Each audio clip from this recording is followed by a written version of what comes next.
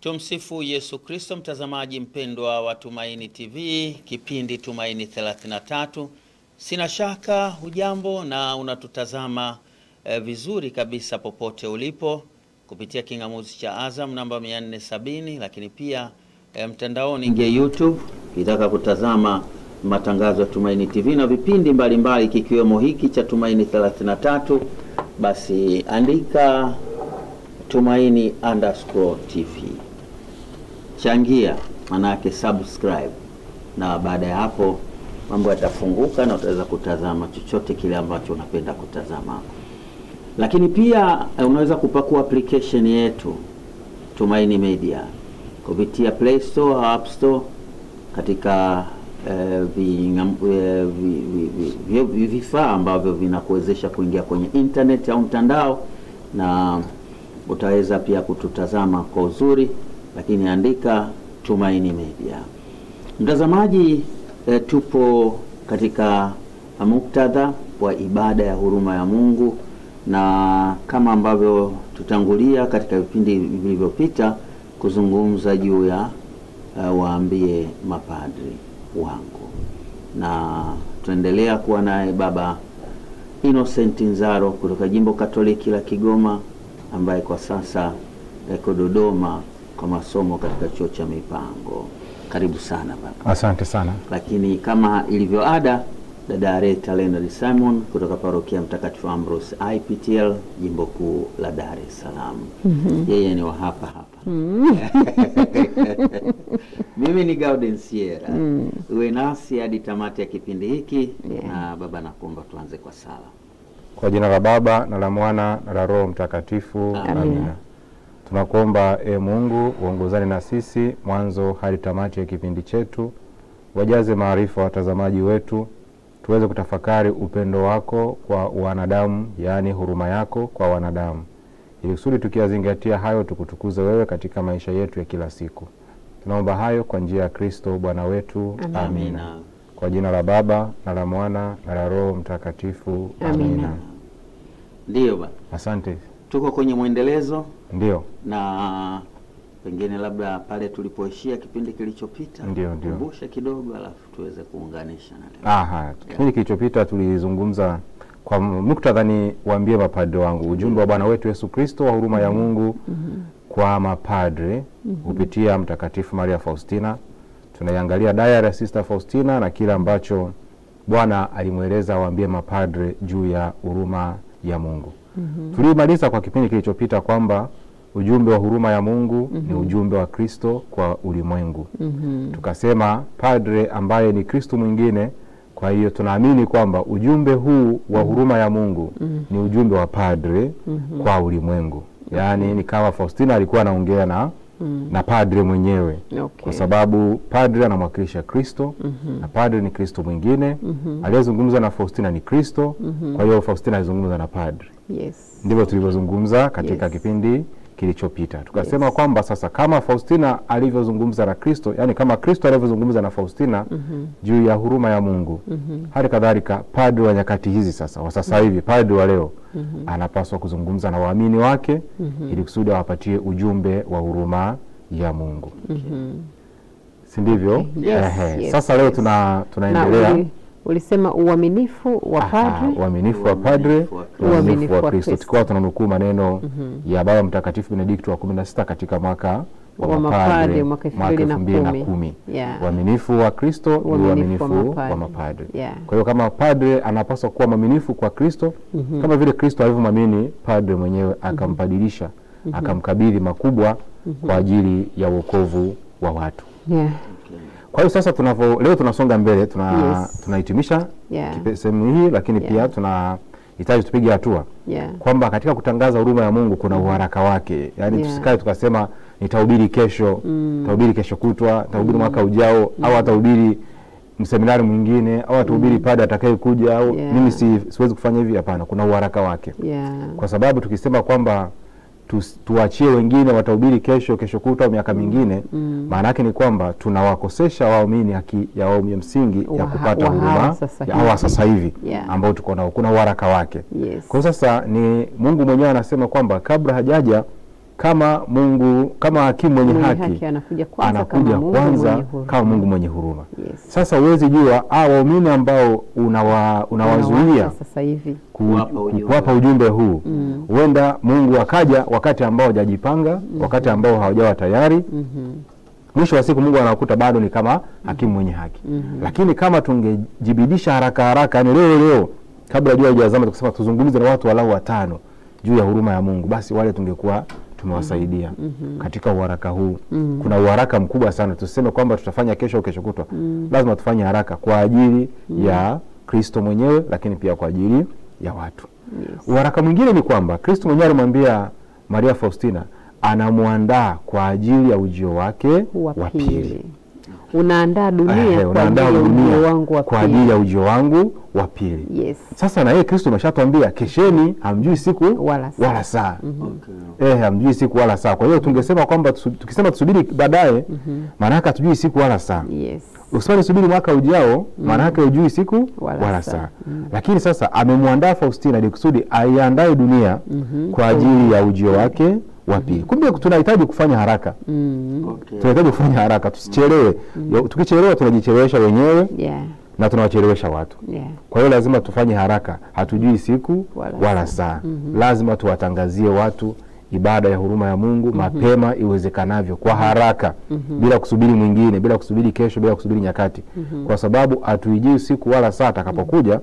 Basi Faustina ameshatuandaa ulimwengu kwa ajili ya ujio wake wa pili. Hii Father inaweza kuwa kwa mazingira yale ikafanana na ile Injili ya wanawali wale 10. Wanawali 10. Yaani tuko wengine tutakutwa. Ndio, basi nadhani shida ya wanawali. Shida ile wanawali mimi na unajua kwenye jamii kuna watu wa namna hiyo. Unaandaa safari, unabeba chakula chako, na anajihesabu mimi nimo humo kwenye chakula chake. Sasa unafikiria kwa nini alikuwa kujiandaa na yeye? Yaani unaona mtu anahangaika, na mimi nitakuwemo humo kwenye hayo mahangaiko yake, na mimi nimo. Kwa mwisho wa siku anashangaa yale mahangaiko ya kwake yalikuwa ni kwa ajili yake yeye mwenyewe, hakuandaa kwa ajili ya watu wote. Sasa ndio tunasema kwamba lazima tujiandae vizuri kila wakati, kwamba hatujui siku wala saa. Na kila mmoja ajiandae yeye mwenyewe. Usubiri maandalizi ya mtu mwingine uende kama lifti na mimi nitadandia niende. Hapana, kila mmoja ajiandae mwenyewe. Sasa ndio maana Kristo alimwambia Maria Faustina, mapadre wangu watamwambia kila mtu. Maana yake ni mtu mmoja. Kila mtu ataambiwa juu ya huruma ya Mungu. Maana yake ni kwamba tusiende kama jumuiya alafu tukaamini kwamba tumeshazungumza yote. Hapana. Kuna namna ambayo tunaweza kuzungumza kama jumuiya, lakini pia tunapaswa kuzungumza na mtu mmoja kuhusu huruma ya Mungu. Kwa sababu Faustina ameteuliwa na Kristo aiandae dunia kwa ajili ya ujio wake wa pili. Basi sisi ambao ni nyakati zetu muda wa kuhubiri huu, tuseme kwamba tutahubiri kesho kutwa. Hatujui siku wala saa huruma ya Mungu itakapotufaa au itakapotusaidia. Hatujui siku wala saa Kristo atakapokuja kwa mara ya pili. Kuna uharaka mkubwa sana. Yaani ujumbe ni uharaka mno kiasi kwamba tusiusubirishe. Twende haraka. Tupokee. Lakini jambo jingine ni kwamba Mungu amefungua kisima cha huruma kwa wote. Kila mmoja amealikwa. Yaani kila mmoja ni mgeni rasmi katika kufaidika na hii huruma ya Mungu. Hajasema kwamba huyu atapata, huyu hatapata, huyu ataingia, huyu hataingia. Amefungua kwa wote. Ndio maana alimwambia Maria Faustina kwamba mwanadamu yeyote, unaona, yeyote atakayekimbilia huruma. Maana yake sasa hapo hakuna aliyeachwa. Mwanadamu yeyote, wa aina yeyote, au amezaliwa jana, au na miaka 50 duniani, miaka 20 ya ubatizo, ile bado ni yeyote, bila kigezo. Mwanadamu yeyote atakayekimbilia hii ibada ya huruma yake, maana yake atamkinga na dhambi zake, lakini na maadui wakati wa kifo chake. Maadui wa roho wakati wa kifo chake. Sasa ni mwaliko ambao ni kila mmoja amefunguliwa aingie katika mwaliko huo wa kubadilisha, wa kupokea huruma ya Mungu. Sasa sisi mapadri tusiwakwamishe watu kuingia katika huo mwaliko. Maana yake Kristo amealika watu wote. Sisi mapadri ndio tunawajibika sasa kuwakusanya watu, kuwaleta kwa Kristo. Hata wale ambao hawajawahi kusikia huruma ya Mungu ni kitu gani, Utakapowaambia kama padre, watakusikiliza mara moja na watakimbia haraka kuja kunufaika, kuja kwenye huruma ya Mungu. Lakini pia kama vile ambavyo mapadre hatupaswi kusita kuihubiri huruma ya Mungu, vile vile na waamini pia wasingoje, wasiseme kwamba mimi nitaanza kutekeleza kesho. Yawezekana mtu akahubiriwa lakini akasema haya nimeyasikia, nimeyaelewa, nitaanza kuyatekeleza baadaye.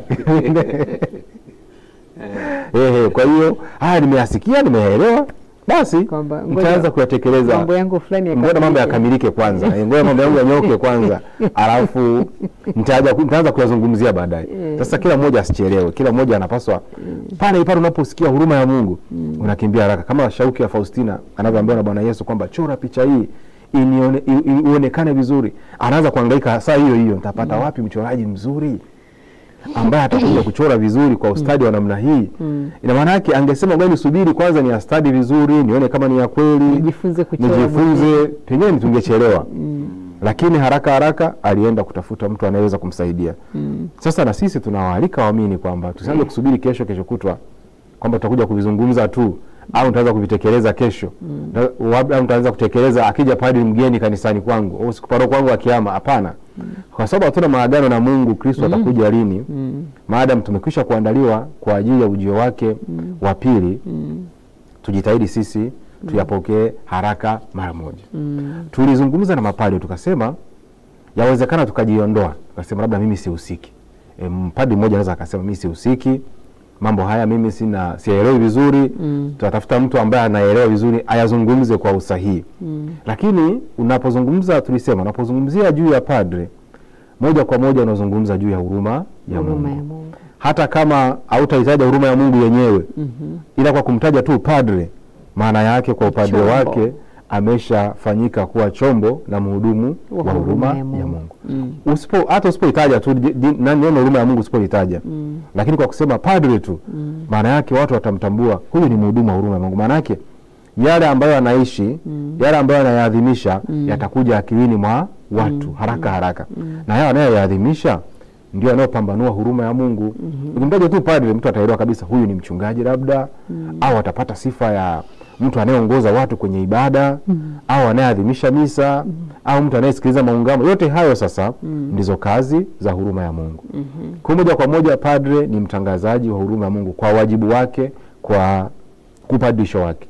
Sasa nafasi ya padre ni kubwa katika kutangaza huruma ya Mungu. Tusijione wanyonge kwamba tukadhani kwamba tunaweza tukatangaza huruma ya Mungu tu kwa vyovyote vile. Hapana, mapadre tunayo nafasi kubwa katika kutangaza huruma ya Mungu.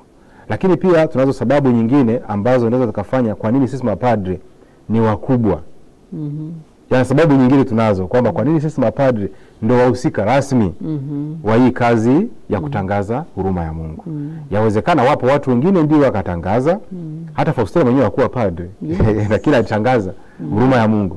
Lakini sasa alipokwisha kututangazia, maana yake ni kwamba sisi ndio watu sahihi wa kuzungumza kuhusu huruma ya Mungu. Kama Kristo alivyokuwa sahihi kwenye kuileta ibada ya huruma ya Mungu, vile vile kwa nyakati hizi sisi mapadre tunaomwakilisha Kristo ndio watu sahihi. Maana yake Faustina angekuwa anaenda kumwambia mkuu wake wa shirika kwamba nimekutana na kijana mtaani tu kaniambia hiki na hiki, ingekuwa ni ngumu kueleweka. Lakini alisema Bwana wangu alinijia, Bwana wangu alitokea, Bwana aliniambia hivi, Bwana aliniagiza hivi. Maana yake alianza kujenga mazingira ya kwamba atakachokiongea kipokeleke haraka, watu wasipate mashaka kama huyu Faustina ni kweli anazungumza kitu sahihi. Lakini kimepata usahihi wake kwa sababu kimetoka kwa Bwana. Kristo mwenyewe ndiye aliyemfundisha Faustina ibada hii ya huruma ya Mungu. Kwa hiyo sasa nafasi ya padre katika kutangaza huruma ya Mungu ndiye mtu sahihi kama Bwana alivyokuwa sahihi kwa Faustina. Sababu ya kwanza kwa nini padre ndio mtu sahihi? Yesu mwenyewe aliomba hivyo. Ndiye aliyeomba. Aliomba kabisa kupitia Mtakatifu Maria Faustina, aliomba mapadre tushirikiane na Faustina katika kuhakikisha ujumbe wa huruma ya Mungu unaenea ulimwenguni kote. Kristo aliomba hivyo, alitaka hivyo.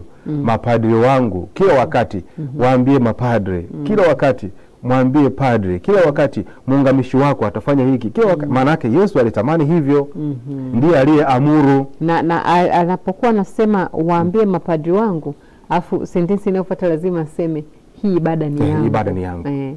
Kwa anawahakikishia mapadri ibada ni ya nani? Ndio kabisa. Na sisi tunafanya ya kwake.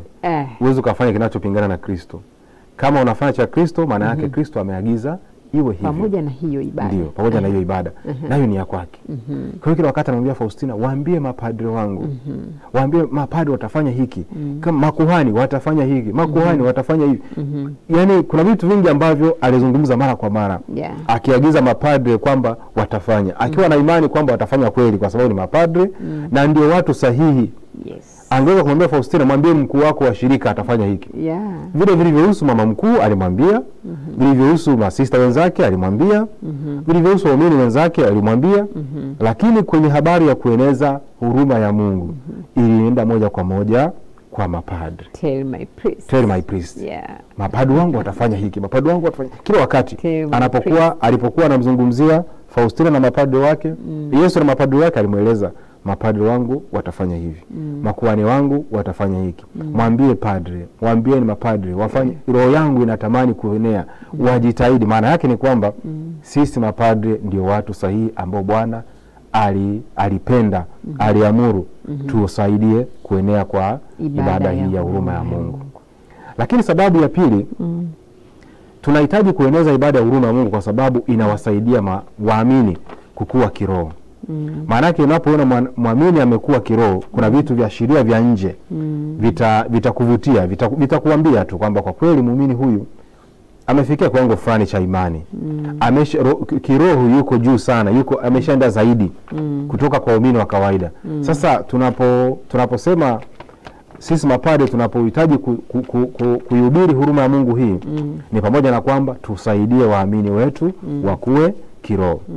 Kutangaza huruma ya Mungu ni katika maisha mazima ya waamini wote. Na hivi sisi mapadre kazi yetu asubuhi mpaka jioni ni ya kuhudumia waamini. Sasa tunapohudumia waamini wetu, tusichoke kuwaeleza habari ya huruma ya Mungu ili waamini wetu waweze kuwa na maendeleo kiroho. Wapige hatua katika upendo wao na Mungu, wapige hatua katika upendo wao na jirani. Lakini pia bidii kwa mambo ya ibada na bidii kwa mambo ya kanisa yanayomhusu Mwenyezi Mungu yawasaidie kuongezeka katika tumaini lao kwa Mwenyezi Mungu.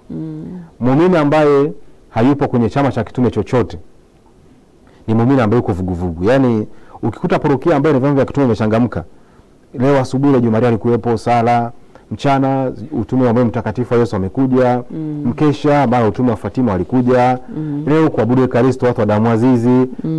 Ndio parokia imechangamka kwa kweli. Ukifika pale tu viashiria vya nje unasema hapa kwa kweli imani iko hai. Lakini kinyume chake, kama unaona kwa kweli unakaa parokiani mwanzo mpaka mwisho, asubuhi mpaka jioni, hakuna mafundisho, hamna semina ya kwaya, hamna sijui utume wa katekista, hamna, maana yake hapa kwa kweli viashiria vya nje vinatuambia hapa kwa kweli imani iko chini. Parokiani panapaswa pachangamke. Yaani watu wanapishana. Hao wanaabudu Ekaristi, hao kwa pale. Watu wanapishana. Sasa pamoja na kwamba tunayo vingine, Reggio Maria tunayo, Moyo Mtakatifu wa Yesu tunao, utume wa Fatima tunao. Sasa tuiongeze na hii ibada ya huruma ya Mungu. Watu watakapokusanyika kusali novena, watakapokusanyika mambo ya saa takatifu, watakapokusanyika kuabudu Ekaristi, watakapokusanyika kusali mbele ya picha ya huruma, rozari, hayo yote yanawasaidia kuchangamka kiroho na kukua kiimani. Na hapo ndipo tutakaposema tumewasaidia watu kuelewa imani yao inahitaji kitu gani. Baba, ulikokuwa unaeleza kwa mkazo kwamba padri tayari kwa upadri wake ni huruma ya Mungu. Ndio. Na jaribu hilo ambalo umelisema kwa parokia ambayo ni Dodoma Ntene, kwamba ionyeshe hajachangamsha. Ndio. Maana yake kwa haraka unaweza kusema pia hapo huruma ya Mungu haiko kwenye parokia hiyo. Sitaki kusema hiyo kwamba huruma ya Mungu haipo, ila haijachochewa. Tumesema kwamba kuna viashiria vya nje vinavyokutambulisha kwamba kwa kweli hapa wanajitahidi. Kuna viashiria vya nje. Sasa viashiria vya nje ni pamoja na huo uchangamfu kwenye mambo ya ibada. Yaani kama padri ukiwa parokiani unatamani kuchangamkia, yani kila siku kuwe kuna watu, mafundisho ya kiroho yanakuja, hawa hawajatoka kuna kwaya inahitaji semina fulani, hawa hawajamaliza moyo mtakatifu wa Yesu ana novena yao, hawa hawajatoka hawa makatekista jua na mafungo fulani. Yani parokia inahitaji kukaa katika mtindo wa namna hiyo. Sasa ukiona mambo kama haya yanajitokeza zaidi kwenye parokia, maana yake ni maana yake hapa kuna uhai wa imani. Watu wajalala. Sasa kwa sababu hayo mengine tunayo na tumeshathibitisha na tusaidia kukua kiroho, tuongeze na hii ambayo tuliifanya sana, ambayo ni ibada ya huruma ya Mungu. Hatuifanya sana. Haijafundishwa. Kwa kweli. Sana. Haijafundishwa inavyotakiwa. Kama Bwana anavyotamani. Hatujafikia kiwango hicho. Sasa tujitahidi tusilale, tusiwanyime watu fursa, tusiwazuie watu uwezekano wa kukutana na Bwana wao wa huruma. Maana ameshatufundisha sisi ndio nao saidia. Kwa ajili ya waamini kukua kiroho inahitaji tuongeze na hii nguvu ya kuwaeleza uzuri wa huruma ya Mungu na namna ya kila mmoja anavyoweza kunufaika na hii sifa kuu ya Mungu Muumba. Lakini pia huruma ya Mungu alituambia yeye anapendezwa sana na sifa kuu hii ya huruma. Alisema pia ndio kazi zote za mikono yangu zimetiwa muhuri na huruma yangu. Kwa hiyo maana yake Mungu ana sifa nyingine. Kazi zote za uumbaji, Mungu ni muumba mpaka hapo. Mungu ni mwenye upendo. Sawa, Mungu ni mwenye msamaha, Mungu ni mwenye rehema, Mungu ni mkarimu, Mungu ni mpaji, lakini pia Mungu ni mwenye huruma. Lakini amesema kazi zote za uumbaji zimetiwa muhuri na hii sifa kubwa. Na akasema anapendezwa sana zaidi na hili jina Mungu mwenye huruma. Anapendezwa sana na hili jina la Mungu mwenye huruma. Sasa kama yeye mwenyewe amependezwa nalo sana, sisi kwa nini tuone shida kuhangaika nalo? Kwa sababu yeye ameshasema anapendezwa sana na hii mwenye huruma. Pamoja na nyingine hayo, Mungu ni muumba, sawa. Mungu ni mwenye uwezo, ndio. Mungu ni upendo, sawa. Lakini hii ya Mungu ni mwenye huruma ametuambia anapendezwa nayo sana kuliko hizo nyingine. Sasa bora tuzungumze zaidi Mungu mwenye huruma, kwa sababu ndio anampendeza zaidi. Tumsikilize mara nyingi anavyofurahia tunavyomuita Mungu mwenye huruma. Kwa hiyo sema padre, kwa mamlaka ya utume wetu tunaweza kuwasaidia waamini kufikia hii sifa kuu sasa hii ya kubwa, kwamba ndiyo sifa kubwa ya Mungu wetu. Mungu mwenye huruma. Wakisha kutambua hilo, pamoja na kwamba sifa nyingine zitakuwepo zinawasaidia kusonga mbele, kukua kiimani, lakini pia sifa ya Mungu mwenye huruma na yenyewe iongezeke kwenye moja ya sifa wanazozifahamu kuhusu Mwenyezi Mungu. Sio tu kuifahamu Mungu mwenye huruma peke yake, bali waingie kwenye vile alivyovitoa kama msaada wa kuiabudu huruma yake, wa kuienzi huruma yake na kuitukuza huruma yake. Maana yake waamini tuadhimishe sasa wasali rozari ya huruma ya Mungu, kwa sababu ni sehemu mojawapo ya kuitukuza huruma yake. Waweze kuheshimu saa takatifu, ni sehemu mojawapo ya kuiabudu huruma yake. Waweze kusali novena ya huruma, ni sehemu mojawapo ya kuitukuza huruma yake. Sikukuu ya huruma wawe nayo na picha ya huruma vile vile. Kwa hiyo yote hayo Mungu ametupatia ili kusudi atusaidie kumtambua kwa namna gani anapendezwa zaidi na hii sifa kuu ya Mungu mwenye huruma. Na hapo Father, kwamba mtu kuna maswali yalikujaga kwamba nitaitukuza vipi ibada ya huruma ya Mungu? Ndio. Mtu asije akasema kwamba rozari pekee nikisali inatosha. Haina haja ya picha, kwa vile nyumbani kwangu kuna msalaba basi inatosha. Nyumbani kuna msalaba ndio, lakini Bwana alitaka pia picha ya huruma iwepo. Kwa kama unataka kuitukuza ibada ya huruma ya Mungu, inabidi hizi channel zote 5 ziwe nazo katika imani, matumaini na mapendo. Ndio. Kwa hiyo zote lazima moja isimzidi mwenzie. Ndio. Yes. Zote ziwe pamoja na kujitahidi kuzielewa na kuzijua. Unajua ukijua kitu utakipa thamani. Kabisa. Uwezo ukapenda ambacho ukijui. Uwezo ukapenda kitu ambacho ukijui. Kama unakijua utakipa thamani, utakipenda vile vile. Kama ukifahamu ni ngumu sana kukipenda. Sana. Na ukikijua kitakaa rohoni, alafu utatoa kwa wengine. Lakini pia Kristo mwenyewe alimwambia Maria Faustina kwamba yeye ametufundisha sisi, amemfundisha Faustina na Faustina jitahidi kutufundisha sisi wengine. Na neema anazotoa katika msalaba wake ni sawa na neema zinazopatikana kwenye picha ya huruma. Na ndio maana akatamani kila mahali penye ibada picha ya huruma iwepo mbele na waamini wote waiabudu. Atakuwepo ndani ya picha hiyo ya huruma akitoa neema zile zile sawa na zinazopatikana kwenye msalaba wake mtakatifu. Na alisema nitailinda picha hiyo kutokana na utukufu wangu. Sawa kabisa.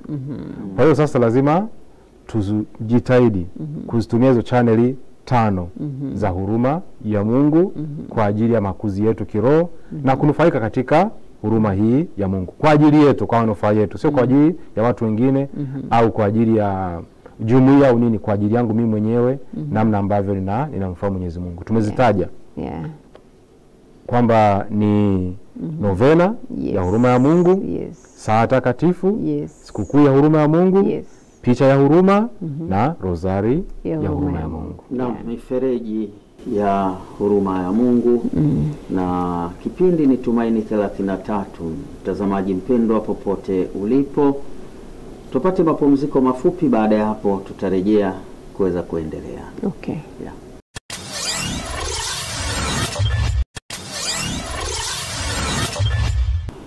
Naam, tumerejea na tunaendelea kuzungumza lakini kupitia baba hapa akitufundisha waambie mapadri wao. Na yeye ndiye Tell my priest. Ndiye mfunga paka kengele. Tuko na kuhani.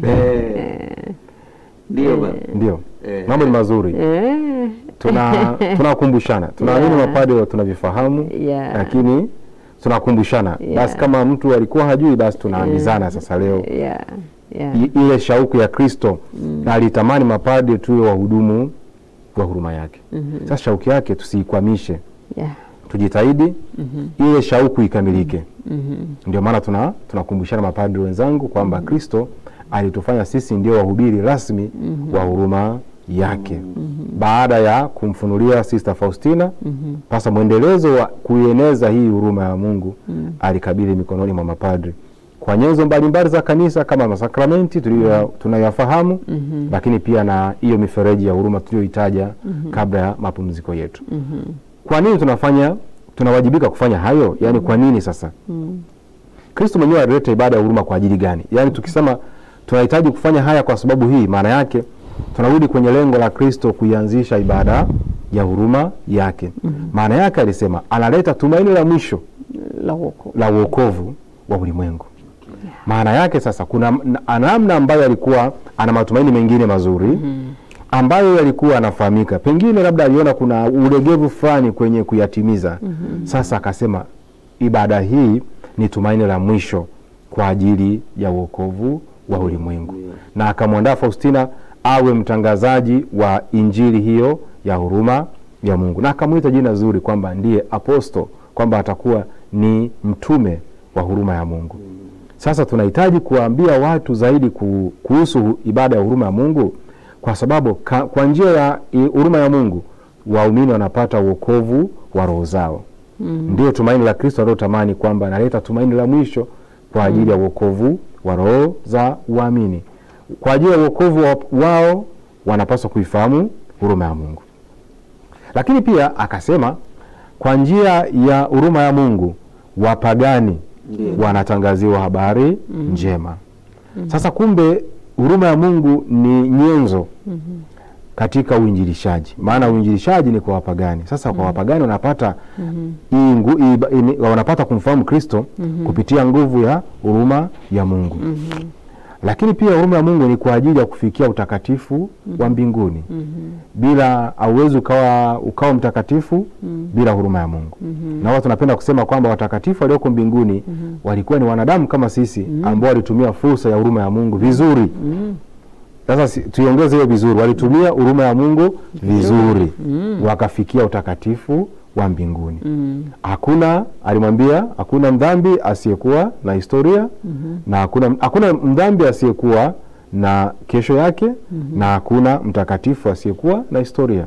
Kila mmoja alikuwa na historia yake. Na pia Papa John Paul wa pili alisemaga, mtakatifu alisema hakuna maskini asiyeweza kufanya matendo ya huruma. Kabisa. Na hakuna tajiri asiyepungukiwa. Ndio matendo ya huruma. Yeah. Kwa hiyo sasa kwa ajili ya utakatifu wa mbinguni, wapagani wanatangaziwa huruma ya Mungu. Sasa tukitumia kama nyenzo, tuseme tuna vyote? Hapana, hatuna vyote. Ndio maana Kristo alikuja na hii nyingine sasa. Vile vingine tunavyojivunia navyo alivifahamu na ndio muasisi wake. Hatuna vyote, ila hii huruma ya Mungu sasa, ibada ya huruma ya Mungu ni nyenzo ya kutangaza huruma yake kwa ajili ya wapagani wasiomjua Mungu bado. Kuombea wakosefu ambao walishapoteza neema ya kujiombea wenyewe. Kwa huruma ya Mungu hii inawavuta wote kwake. Lakini pia huruma ya Mungu ni tumaini ya utakatifu wa mbinguni kama tulivyosema, na inaleta matumaini mapya kwa wale waliokwisha kukata tamaa. Na yeye mwenyewe alisema kabisa anachukizwa sana na roho zinaposhindwa kuitumainia huruma yake. Pale mwanadamu anapokuwa na wasiwasi kama Mungu anasamehe kweli, kama Mungu ni mwenye huruma kweli, kama Mungu anarehemu kweli, akawa na wasiwasi, roho hiyo inamchukiza sana Kristo. Na akasema sasa huruma ya Mungu ni kwa ajili ya kuleta matumaini kwa roho. Matumaini maana yake ni kwamba kuna watu wamekata tamaa, aidha wamejidharau wenyewe au wamedharaulika. Sasa wamesha kata tamaa kabisa, wanaona mambo yote hayawezekani. Sasa anasema huruma ya Mungu ni kifaa kinachokuja kuleta matumaini kwa hao watu wote waliokwisha kukata tamaa. Inawasaidia. Chombo ndio cha kuleta matumaini kwa watu waliokwisha kukata tamaa. Sasa hao watu waliokwisha kukata tamaa wataijuaje huruma ya Mungu kama sisi mapadri hatujawapelekea? Wako wengi ambao wako ulimwenguni huko wamekata tamaa. Hakuna ajira, ndio. Hakuna, pengine migogoro yazidi kila wakati. Unaenda asubuhi unafungua duka lako mpaka jioni, pesa hujapata chochote, hujauza chochote, biashara haiwezekani. Ukisafiri na wasiwasi wa kufika salama. Mtu sasa anaona kabisa maisha hayawezekani tena. Kile anachokifanya kinapotea, mikono yangu haitunzi chochote. Huyo atapataje ujumbe wa huruma ya Mungu kwamba Mungu ni mwenye matumaini kama padri hujamfikia kumpatia na kumuimarisha katika hilo alilokuwa anampatia changamoto? Kwa jamani, pole sana, ndio, lakini bado Mungu ana mpango na wewe. Pamoja na changamoto zote hizi, bado Mungu anakutamani uwe mtu wa thamani mbele yake. Ujumbe wa matumaini ni kazi ya huruma ya Mungu. Sasa mapadri tunahitaji kuwa watu wa matumaini, kuwa watu wenye faraja kwa watu, kuambia kwamba hamjakataliwa bado, unaweza ukainuka tena ukaanza upya, wewe bado mwenye thamani, inuka, Mungu anakuita. Kumpatia matumaini hayo ni kazi ya padri sasa, kwenda kumwambia. Ndio anaweza akaambia na kiongozi wa jumuiya ndogo ndogo, sawa, mwenyekiti anaweza akamwambia sawa, lakini yule anapomwambia sio sawa na padri atakavyomwambia. Padri akizungumza kwa neno lake anakuwa na sauti na nafasi kubwa ya kusikika kuliko hao wengine. Hao wengine tunawahitaji na wenyewe wazungumze kwa nafasi zao. Lakini kazi hii sisi ndio watu rasmi aliotaka Kristo tuzungumze kwa niaba yake. Twende tuwapatie watu matumaini kwamba Mungu ni mwenye huruma, anarejesha matumaini kwa roho zilizokata tamaa. Na tamaa yake kubwa Bwana Yesu ni mapadri watangaze huruma yake. Hiyo ndio hitaji lake kubwa kwa roho za wenye dhambi maskini ambazo ndo sisi. Ndio. Na anatuahidi, na Bwana Yesu anatubembeleza, anasema mdhambi usiogope kunikaribia. Safi kabisa. Maana Mungu ameondoa uoga mioyoni mwa watu kwamba usiogope. Neno usiogope limejitokeza mara kadhaa kwenye Injili na maandiko matakatifu, lakini neno hilo hilo usiogope Kristo analitumia kwa Faustina. Mdhambi yeyote usiogope kumkaribia Kristo wa huruma. Kwa ajili ya maisha yake ya kiroho na kwa ajili ya kutokuwa na mashaka juu ya uumbaji upya. Mungu anaweza akairekebisha roho yako yenye mashaka, akailetea neema mpya ya ajabu, ukawa mtu mpya kabisa. Sasa ili kusudi tuweze kuwafikia watu, lazima tuwe na bidii kwenye kutangaza huruma ya Mungu. Sisi mapadri ndio watu rasmi kwenye kutangaza huruma ya Mungu. Lakini pia Kristo akasema tunahitaji kuitangaza huruma ya Mungu kwa sababu ina msaada mkubwa katika maisha yetu ya kitume, yani katika kueneza Injili. Maisha ya uenezaji wa Injili, maisha ya kitume ni maisha yetu sisi mapadri, ndio maisha yetu ya kila siku. Sasa ni msaada mkubwa hii ibada ya huruma ya Mungu katika kueneza Injili yake katika maisha yetu ya umisionari. Injili inafanya kazi kubwa kwa ajili yetu. Lakini tunapotangaza huruma ya Mungu, Kristo ametupatia faida mbalimbali. Zipo faida nyingi za kutangaza huruma yake. Faida kubwa ambazo yeye alimwambia kabisa Faustina, mapadri watakapotangaza huruma ya Mungu kutakuwa na faida mbalimbali. Kwa hiyo sio kwamba tu tutangaza tu tuchoke bure. Bwana ameshatuandalia. Kabla hatujazungumza, Bwana ameshatuandalia faida tulizonazo tutakapojikita katika kutangaza huruma ya Mungu. Tulisoma diary namba 1521 kipindi kilichopita. Bwana anamwambia Faustina kwamba kwa mapadri watakaoitangaza huruma yake atawajaza nguvu ya ajabu mapadri hao watakaotangaza huruma yake, atayatakasa maneno yao na atayapaka mafuta maneno ya mapadri, lakini pia atagusa mioyo ya wale watakaowasikiliza.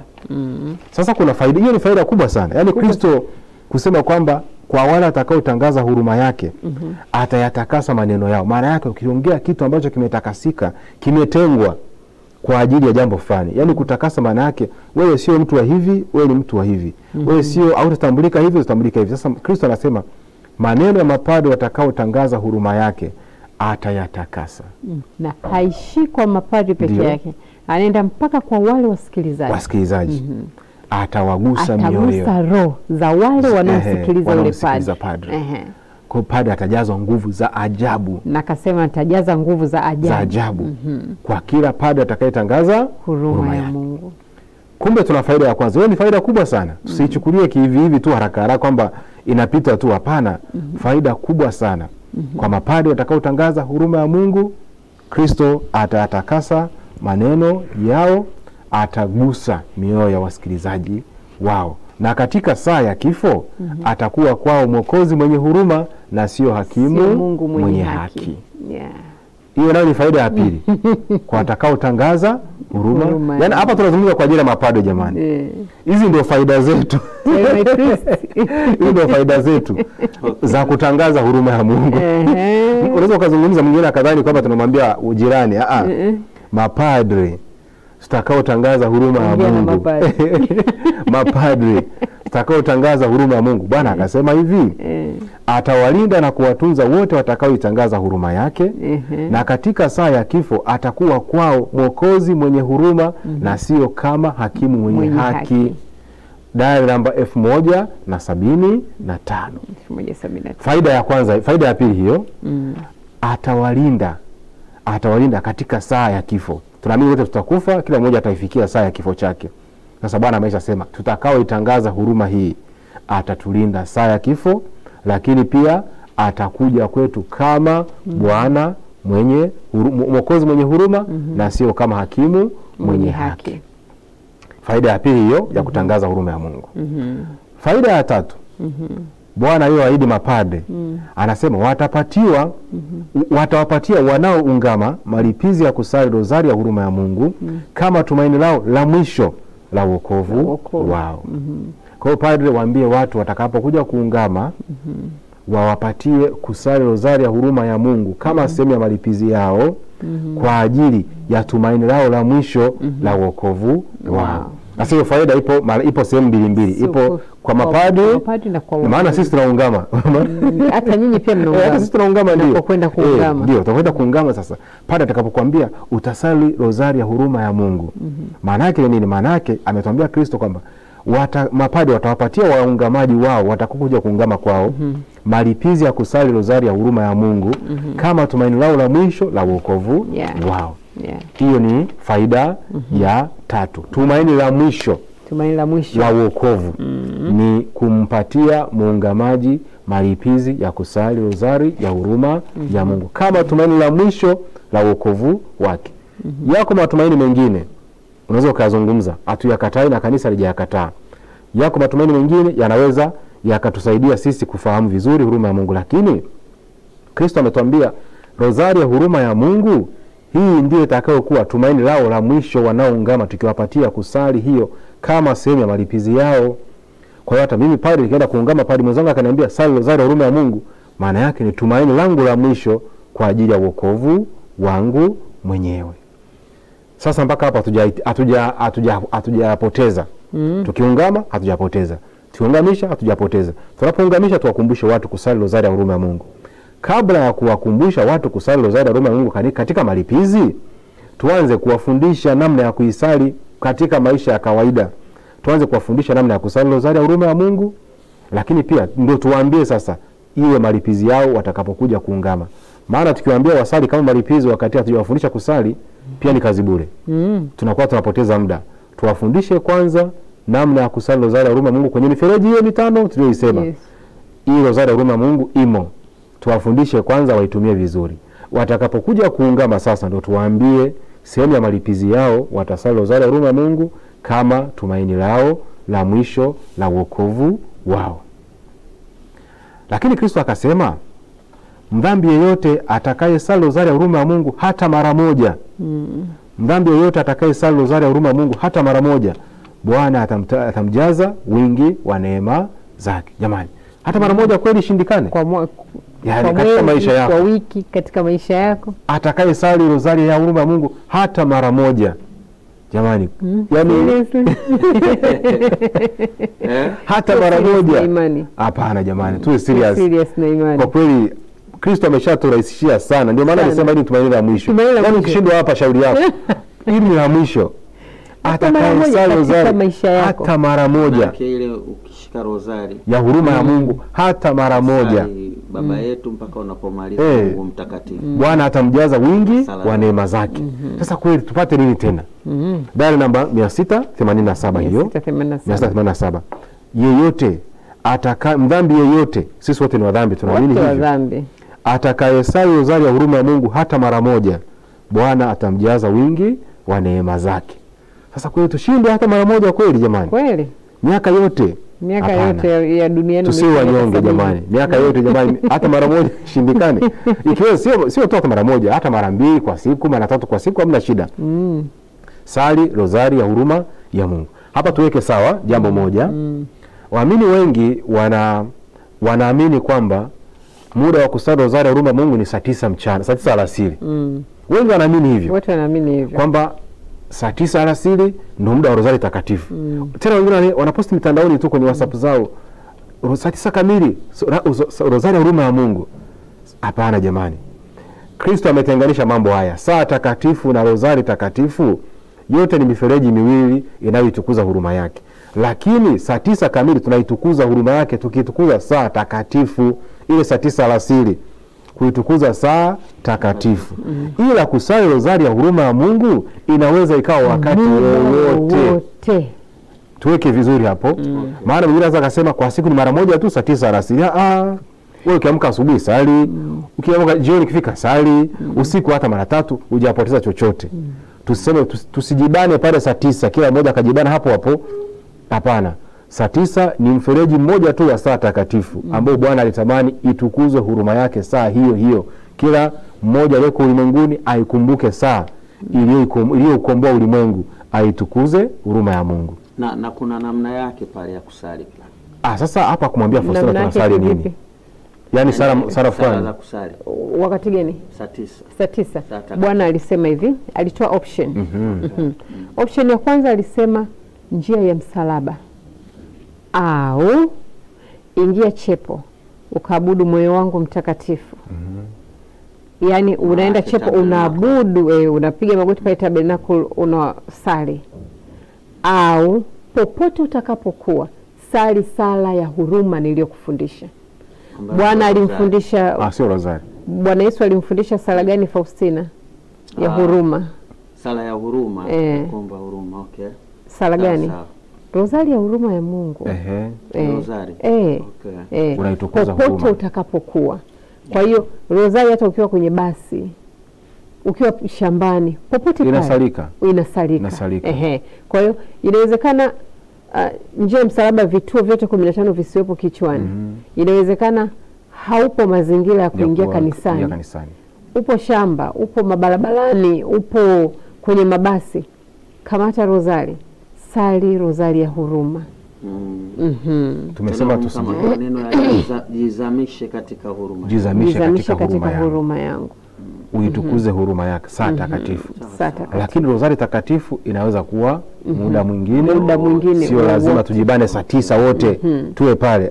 Rozari ya huruma inaweza ikawa muda mwingine wowote. Na Kristo ameshatuambia kwamba atakayeisali hata mara moja Bwana atamjaza wingi wa neema zake. Sote tunahitaji neema ya Mungu. Sote. Hakuna ambaye atasema mimi sihitaji neema ya Mungu. Wote tunahitaji neema ya Mungu. Sasa Bwana ameshatuambia atatujaza wingi wa neema yake tutakaposali mara hii walau hata mara moja. Mdhambi yote atakayesali hata mara moja.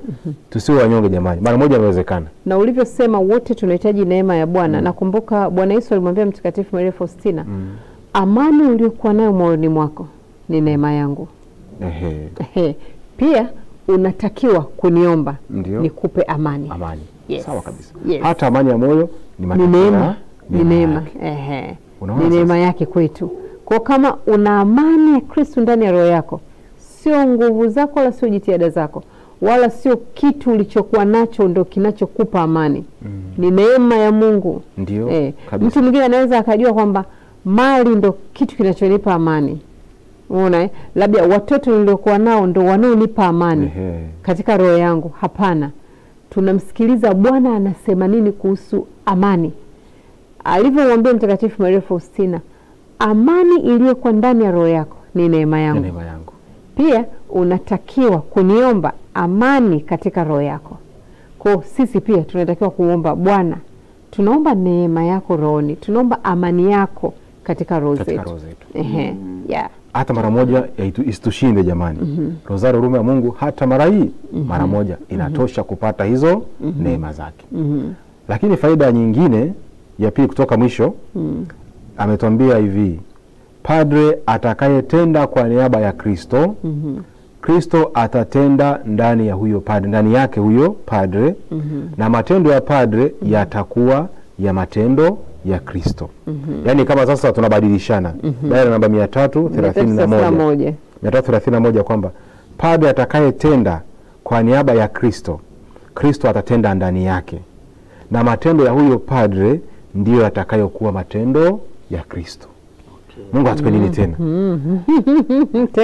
Padre atakayetenda kwa niaba ya Kristo, yani kuambia watu huruma yake namna hiyo, atakayetenda kwa niaba ya Kristo, Kristo naye atatenda ndani ya huyo padre. Na matendo ya Kristo ndio yatakayokuwa matendo ya huyo padre. Sasa Mungu atupe nini tena? Nani asiyetaka kutenda kama Kristo? Yaani sisi na Kristo tunabadilishana, ya kwake anakuwa ya kwetu, ya kwetu anakuwa ya kwake. Alafu baada ya hapo tunatenda kama Kristo na Kristo anatenda kama sisi. Daira namba 331. Hii sasa inaenda moja kwa moja kwa mapadre. Hii haina mgawanyiko hii. Hii inaenda moja kwa moja kwa mapadre. Padre atakayetenda kwa niaba ya Kristo, Kristo atatenda ndani yake, na matendo ya padre huyo yatakuwa ndio matendo ya Kristo. Tutabadilishana naye. Sasa wote tunatamani kutenda kama Kristo. Ili tutende kama Kristo, tujibidishe sasa kuwatangazia watu juu ya huruma ya Mungu. Tutakapotenda matendo hayo ni kwa niaba ya Kristo. Tutakamtangaza hapo ni Kristo mwenye huruma. Tutakayemtangaza Kristo ni sifa yake kubwa ya huruma. Tutatenda kama Kristo na Kristo atatenda kama sisi, na matendo yetu yatakuwa ndiyo matendo ya Kristo. Tusiwe wanyonge mapadri wenzangu, tujitahidi tutende matendo ya Kristo kwa kuitangaza huruma yake. Atatufaidisha jambo lilo kubwa zaidi. Lakini ya mwisho, faida ya mwisho sasa, ametuambia daira namba 548 kwamba kama tutaitumainia sana huruma ya Mungu, Mungu atatujaza ukarimu wake ambao hautakuwa na mipaka kwetu. Daira namba 548. Kama tutaitumainia sana huruma ya Mungu, Mungu atatujaza ukarimu wake ambao hautakuwa na mipaka kwetu. Mungu ni mkarimu. Sifa hiyo tunaifahamu. Mungu ni mkarimu. Ukarimu wake ni kwamba hahitaji, amesema hajatufisha chochote katika huruma yake. Ametupatia kila kitu tunachokihitaji kukifahamu kwa ajili ya wokovu. Huo ni ukarimu namba 1. Katika huruma yake ametupatia kila kitu tunachokihitaji kwa ajili ya wokovu wa roho zetu. Sasa padre, utakapoitumainia sana huruma ya Mungu, basi ukarimu huo wa Kristo huo ataujaza ndani mwako bila mipaka. Yaani hata kuwekea mipaka kwamba uishie hapa hapo usiende, nenda hapa hapo usifike, hapana. atajaza ukarimu wake bila mipaka. Tunaamini kwamba kila mmoja anatamani Mungu awe mkarimu kwake, amkirimie sifa mbalimbali, amkirimie upendo mbalimbali, amkirimie mafanikio mbalimbali. Sasa kwa kuitumainia zaidi huruma ya Mungu, Mungu atakuwa mkarimu kwetu na ukarimu wake utakuwa hauna mipaka. Tujitahidi mapadri wenzangu, tujitahidi ili tuwe wakarimu kama Kristo, na Kristo atujalie ukarimu usio na mipaka. Tujitahidi na sisi kuitangaza na kuitumainia huruma yake. Lakini cha zaidi, tusisahau kusoma diary ya Sister Faustina. Tumeisema sana kwamba ndio nyenzo aliyoleta duniani kwa ajili ya kuhubiria injili ya huruma yake. Tununue mapadre, tuisome, ndipo tutakapopata nyenzo. Haya yote tunatafakari hapa yanapatikana ndani ya diary. Bila kuijua diary na kuisoma vizuri, hatuwezi tukafahamu haya tulio tafakari hapa. Jamani, mimi nimefika mwisho wa tulio yaandaa kwa ajili ya kuzungumza na mapadre wenzangu. Furaha yangu ni kwamba tumuone Kristo wa huruma akitawala mitaa yetu. Tuone parokia zetu zikiazimisha sikukuu ya huruma kuanzia mwakani. Tumeisema vizuri sana na maandalizi yake, namna ya kujiandaa na sikukuu ya huruma baada ya Pasaka. Tumesema vizuri sana. Tunatamani sasa labda parokia zote ziwe na hiyo nafasi. Natamani hivyo. Kwa sababu tuna nafasi ya kujiandaa, tunayo Kristo wa huruma, tunayo nyenzo ya kutusaidia. Basi tujitahidi tutangaze huruma ya Mungu ili kusudi Kristo akae ndani yetu na sisi tukae ndani yake, na matendo yetu yawe ndio matendo ya Kristo. Amen. Mimi nitimisha. Ndio. Asante sana. Ndiyo. Asante sana. Nakumbuka tuliongeaga nyuma, nikakwambia Father, umo kwenye diary kuna Tell My Priest nyingi. Ndio. Hii inabidi padri aje aongee. Tell My Priest ya. Nikakwambia naomba katika ratiba zako za masomo yako jipe na ratiba ya kusoma diary sehemu za Tell My Priest. Nakushukuru. Wiki ya 4 leo, Jumapili ya 4 leo. Mwezi mzima. Mwezi mzima. Tunaongea na mapadri.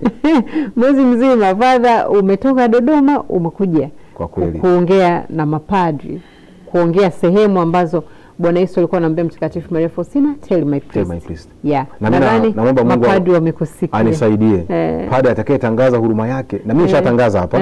Sasa namdai kile cha pili kwamba atatenda ndani ya huyo padri na padri atenda kama Kristo. Sasa hicho nacho anijalie. Mimi nimeshatangaza. Sasa naamini amepokea matangazo haya. Imempendeza. Huu muda majitoleo tafakari zimempendeza Kristo mwenyewe. Sasa natamani sasa hii ya pili ya kwamba nifanane na Kristo na yenyewe anijalie. Kabisa. Ni matumaini yangu. Atanisikia. Kwa maombezi Sister Faustina. Amen. Asante sana. Waumini wamekuelewa na mapadri wamekuelewa. Amina. Asante sana Father. Asante sana. Mimi nitamuombea ili aweze kuendelea kuishi. Padre ameitangaza. Akagawa na kuombea. Hiyo ni nzuri kuishi. Nashukuru sana. Unaishi na sisi tupata fursa ya kualika ili kuja kuendelea tena. Sawa kabisa. Nashukuru sana. Hiyo ni nzuri sana hiyo. Hiyo ni nzuri sana. Nashukuru sana. Asante sana. Na mtazamaji mpendwa, bila shaka wewe ambao umekuwa nasi tangu mwanzo wa kipindi hiki, lakini wewe ambaye daima unafuatilia kipindi hiki, bila shaka unatajirika sana kutokana na mafundisho haya kuhusu ibada ya huruma ya Mungu. Kama alivyosema Baba kwamba tufanye haraka. Yaani haihitaji muda tena wa kusubiri. Ukishalisikia fundisho, anza kulitekeleza. Kabisa. Yani na sisi tutajitahidi pia Baba. Tuwe hivyo. Wana sote tunakuita, tunakualika, alafu si wenyewe kumbe na sisi mjitahidi tuombe hivyo. Kabisa. Asante sana. Mungu ni mwema. Basi Padre Innocent Nzaro kutoka Jimbo Katoliki la Kigoma, lakini sasa yuko Dodoma kwa utume kama mwanafunzi wa chuo cha mipango, na bila shaka atakuwa anaendelea kutekeleza utume wa huruma ya Mungu pale ambapo atakuwa nakutana na waamini huko. Lakini daima tumekuwa na dada Areta Leonard Simon kutoka parokia Mtakatifu Ambrose IPTL Jimbo kuu la Dar es Salaam. Shukuru sana wenzangu Meki Makari na timu nzima ya Tumaini TV inayoshughulika na kipindi Tumaini 33 lakini kwa namna ya pekee basi wadau wa huruma ya Mungu, kwa maana pia wakereketwa militants wa huruma ya Mungu kabisa. Mimi ni Gauden Sierra. Baba, tufungie kwa sala. Kwa jina la Baba na la Mwana na la Roho Mtakatifu, amina. Asante Mungu wetu kwa kuwa mwaminifu. Tumekuomba utuongoze mwanzo hadi mwisho na umetenda kama tulivyokuomba. Tunaendelea kuomba utusaidie sisi tuweze kuyatekeleza haya tuliyotafakari, tukiamini tunarahisisha wokovu wa roho zetu na wokovu wa roho za watu wanaotuzunguka. Tunaomba hayo kwa njia ya Kristo Bwana wetu, amina. Kwa jina la Baba na la Mwana na la Roho Mtakatifu, amina.